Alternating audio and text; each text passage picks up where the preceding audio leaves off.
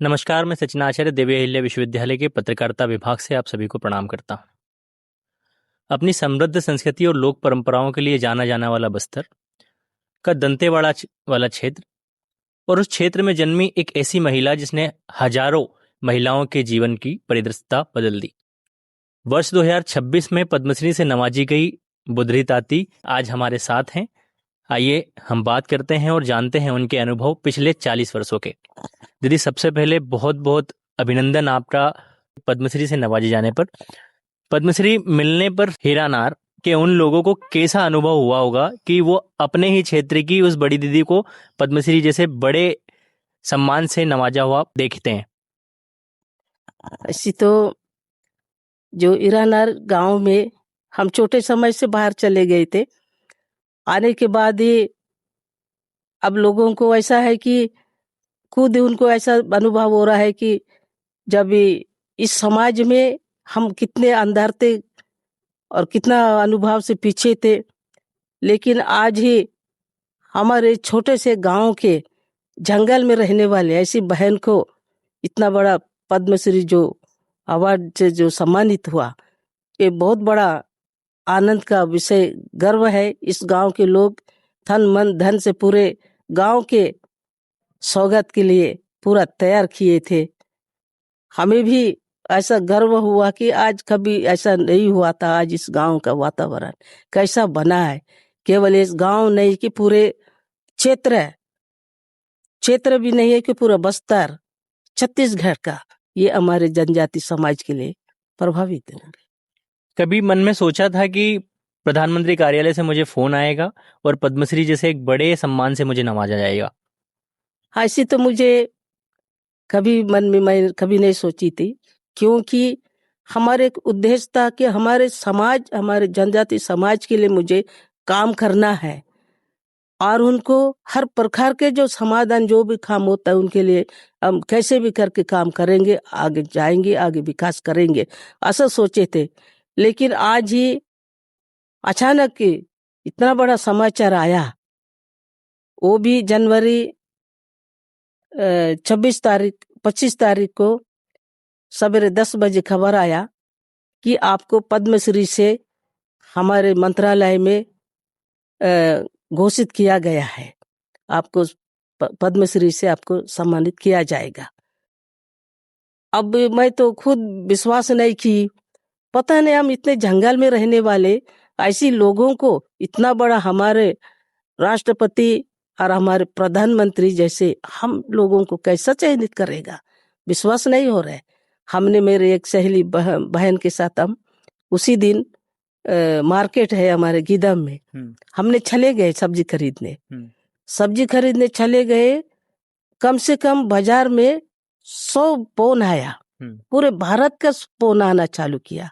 आकाशवाणी से फोन आ रहा है, कहीं कहाँ से फोन आ रहा है, हमको समझ में नहीं आया इतना फोन कैसा आ रहा है, उतना जवाब कैसे देंगे यहाँ पर। हम तुरंत वहां से बाजार से वापस रिटर्न आए। रिटर्न आने के बाद हम यहाँ केंद्र में पहुंचे तो 12 पत्रकार यहाँ पहुंच चुके थे। तो ये मुझे कभी, मैं जीवन में कभी सोचे भी नहीं थी कि इस प्रकार से हमको किया जाएगा। पिछले 40 वर्षों से बस्तर के इस दंतेवाड़ा क्षेत्र जहाँ दुर्गम पहाड़ियां हैं, उन पहाड़ियों के बीच जाकर महिलाओं को शिक्षा के लिए प्रेरित करना, इसकी प्रेरणा आपको कहाँ से मिली थी? क्योंकि इसकी प्रेरणा तो कभी कभी स्वयं से होता है।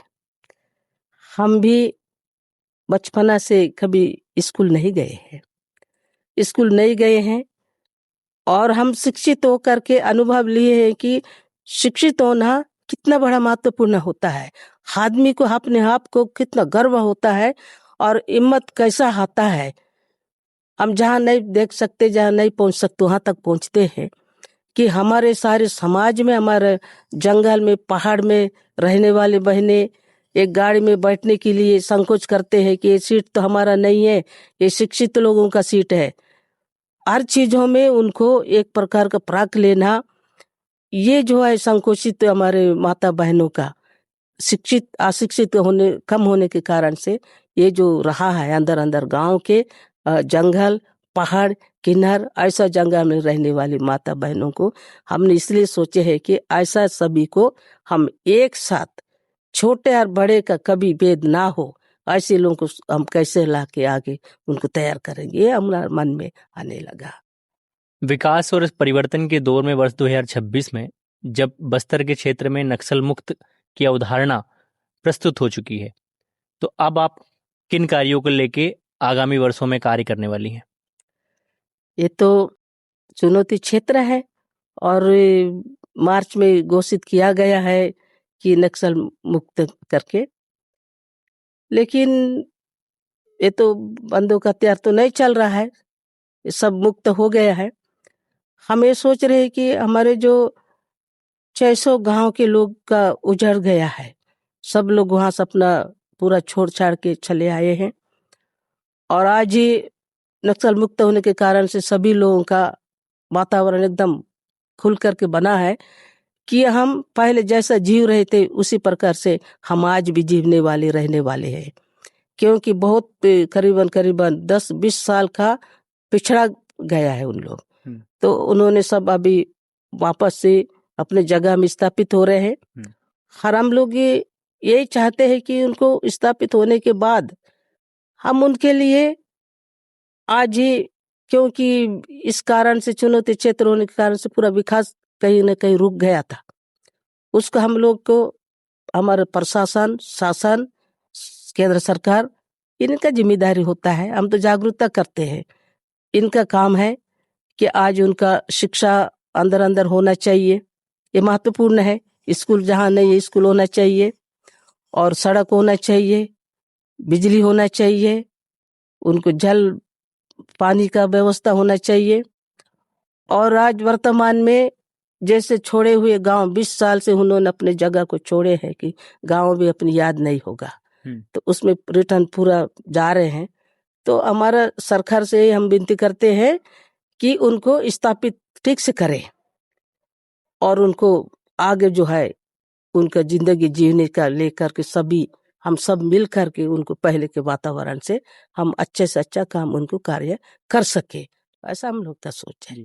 पद्मश्री जैसे एक बड़े सम्मान से सम्मानित होने के बाद क्या जीवन में कोई एक अधूरा सपना है जिसे आप आज भी पूरा करने की आस आपके मन में है? ये तो पद्मश्री मिलना हम क्या सोचेंगे, ये तो जो हमारा कार्य पद्धति जो बना है ये कभी जीवन में पूरा होने वाला नहीं है।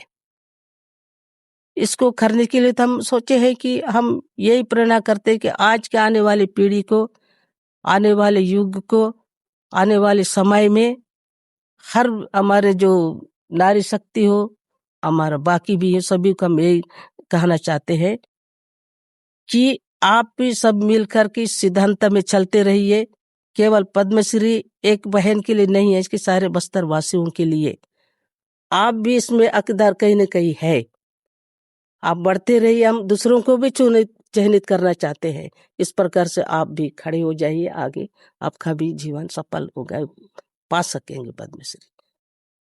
आज वर्ष 2026 में युवा एक अलग जोन में चल रहा है, जेनजी वाले जोन में चल रहा है। उन युवाओं के लिए और विशेषकर उन युवतियों के लिए जो इंटरनेट की दुनिया में मग्न है, ऐसी युवतियों के लिए क्या संदेश है आपका? ये तो बहुत ही क्या बोलना चाहिए, मोबाइल का ये सारे ऐसा हो गया कि आज केवल युवा नहीं कि छोटा जन्म होता है ना, वो बच्चे भी उसके पीछे है। तो हम तो ये कहना चाहते हैं कि आप मोबाइल में साथ में रखो और आगे का बढ़ने का कोशिश करो, लेकिन जो सिद्धांत को जो लक्ष्य रखते हैं उसको हमको आगे बढ़ना चाहिए, पढ़ना चाहिए, लिखना चाहिए, सब जो सपना हमारे मन में आता है उसको साकार करना चाहिए। क्योंकि जो कोई भाषण देता है, कोई सिखाता है, एक गाइड करता है, गाइड तो करके चले जाता है। आज की युवा पीढ़ी के लिए स्वयं को निर्भर होना है और उनको मार्गदर्शन करने के लिए सारे संगठन भी, सबका सहयोग भी चाहिए। क्योंकि आज की युवा पीढ़ी 72 बहुत ही तेजी से बढ़ रहे हैं। बहुत कम लोग ही अच्छे रास्ता में जाना चाहते, बहुत कुछ लोग ही गलत रास्ता में जाना चाहते हैं। हम लोग ये बोलना चाहते हैं कि हर व्यक्ति को अच्छे रास्ता में जाना चाहिए अच्छा शिक्षित होना चाहिए, अच्छा हमारे जो संस्कार के साथ ही उनको आगे रहना चाहिए। जो भी पढ़ा लिखा होकर के एक इंसान के नाते सबको बनना चाहिए। हम हमारे तरफ से आग्रह करते हैं नया पीढ़ी को। धन्यवाद दीदी।